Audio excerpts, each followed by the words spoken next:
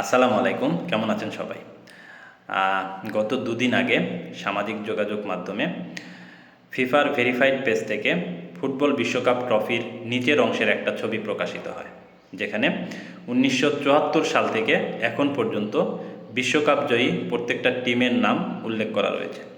তবে 1974 সালের আগে বিশ্বকাপ জয়ী কোনো টিমের নাম এই ট্রফিতে উল্লেখ করা নেই।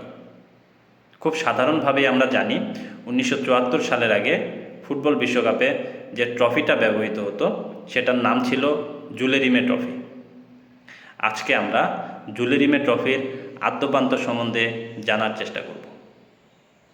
1930 সাল থেকে 1970 সাল পর্যন্ত ফুটবল বিশ্বকাপে এই ট্রফিটির প্রচলন ছিল। প্রথম দিকে এটিকে গোল্ডেন গডেস বা ভিক্টোরি নামেও ডাকা হতো।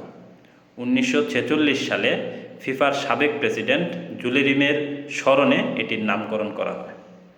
গ্রিক বিজয়ের দেবী নিকোর আদলে ফরাসি ভাস্কর এবেল লাফলুয়ের এই স্বর্ণমূর্তিটির ডিজাইন করেন। নিয়ম ছিল, যারা 3 বার বিশ্বকাপ জয়লাভ করবে তারা চিরস্থায়ীভাবে এই ট্রফিটি নিজেদের করে নিতে পারবে। সেই দিক থেকে 1958, 1962 এবং 1970 সালে ব্রাজিল বিশ্বকাপ জয়ের মাধ্যমে এই কৃতিত্ব অর্জন করে এবং চিরস্থায়ীভাবে ট্রফিটি নিজেদের করে নেয়। 1983 সালে ব্রাজিলের রিও ডি জেনেরিও থেকে এই ট্রফিটি চুরি হয়ে যায়। পরবর্তীতে তা আর কখনো উদ্ধার করা যায়নি। ধারণা করা হয় চোর এই ট্রফিটিকে গলিয়ে ফেলেছিল। তবে এর একটি রেপ্লিকা বা প্রতিমূর্তি ফিফা সংরক্ষণ করে রেখেছে। 1974 সালের পর থেকে এই ট্রফির পরিবর্তে ফুটবল বিশ্বকাপে ফিফা তাদের ট্রফি উন্মোচন করে, যা এখনও প্রচলিত রয়েছে।